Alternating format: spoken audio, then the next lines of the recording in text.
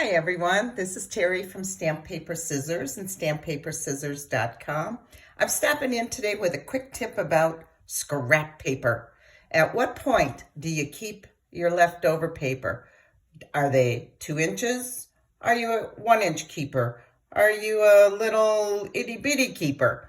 Well, this one I found online. Terry Gaines did it, and she makes ribbon looking things with her scraps.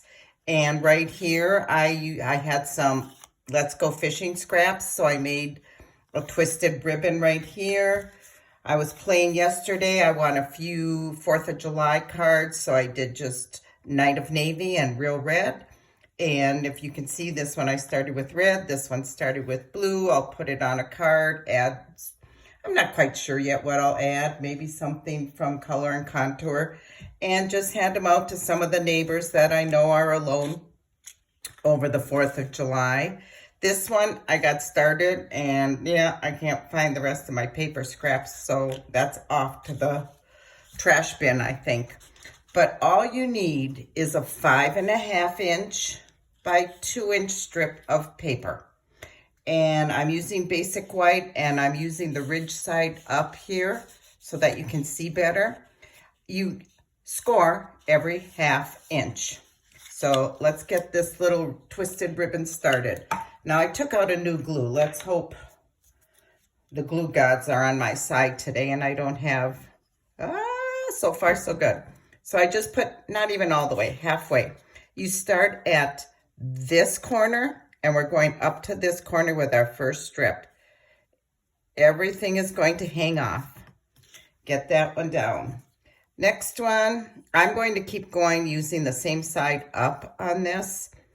And some people use the Stampin' Seal.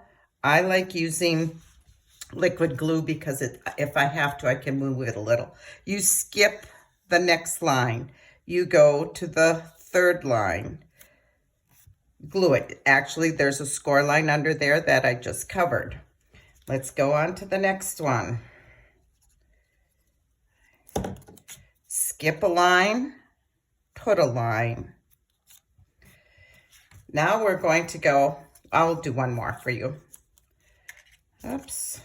So it's windy here again in Arizona. I'm telling you, we've had more wind than I can remember. And I guess if I was back in the Midwest where you could put clothes out on a clothesline, I'd be loving it. But we're not allowed clotheslines in our HOA, so I just look at all that beautiful wind blowing. Okay, let's say I got all the way to the bottom. Now we're going to start from the top. I'm using the opposite side. I'm going from here, this top corner, down to this one. Oops, that's why I use liquid glue. Right there. You're going to have 2 triangles there. You want that. We'll do one more. So you get the idea of doing this. Flip it, put it here to there. Oh, that's really looking pretty. Too bad this is retired paper, but you know what? If I give this to a neighbor, they're not going to know, so I'm going to use it anyway. I'll put it on a card. Looks like a little calypso coral would work for this. Give some flowers. I know it'll brighten up their day. There's a lady that gave me a ton of baby spider plants. And I gave them all, put them in cute little pots and gave them to all the girls that come to my in-house stamping. And I wrote her a thank you note.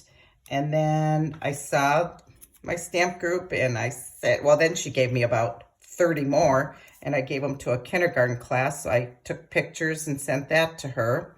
Her husband has Alzheimer's, so she's pretty much shut in, no family.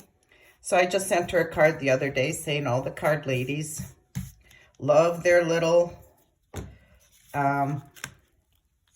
spider plant babies.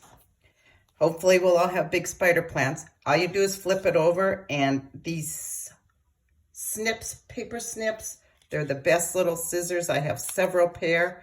You just put it up against the paper and it fits tight.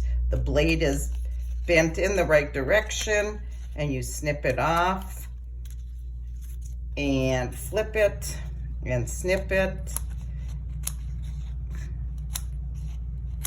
and go across the top. I mean, this is a quick way to use up scraps. It's going to look fantastic on a card. Ooh, I really like that one. I'm going to finish this one off. You can see I'm a little off right there. I don't know, I'll have to do something there to cover that up. It looks really good. Actually, I could take one of these and put it on and then go in the other direction. If I lift it up a little bit, I can cover that. Nobody will even know. There you go. Quick tip for using scraps. I hope you like this little tip. Stop back next week and I'll show you the finished card I made with this one. I'll show you what I did with my little 4th of July ones. And I'll do something with this Let's Go Fishing. And I'll show you that card. Next week, I'm going to show you the braided technique where you actually have to cut and then fold the paper down. Brandy Cox did that one. It's a little more involved. This one uses up scrap paper, hers doesn't. So I thought I'd give you a tip on what to do with your scraps. Stop in next time, and if you're looking for a demonstrator, I'd love to be your demonstrator. You can contact me at stamppaperscissors. Well, that's my blog. You can contact me at the Gmail address. That last S, scissors, is a Z. You can always text me at this phone number. I'm really quick about getting back to text. So hope to see you again next week when I pop back on. Thanks.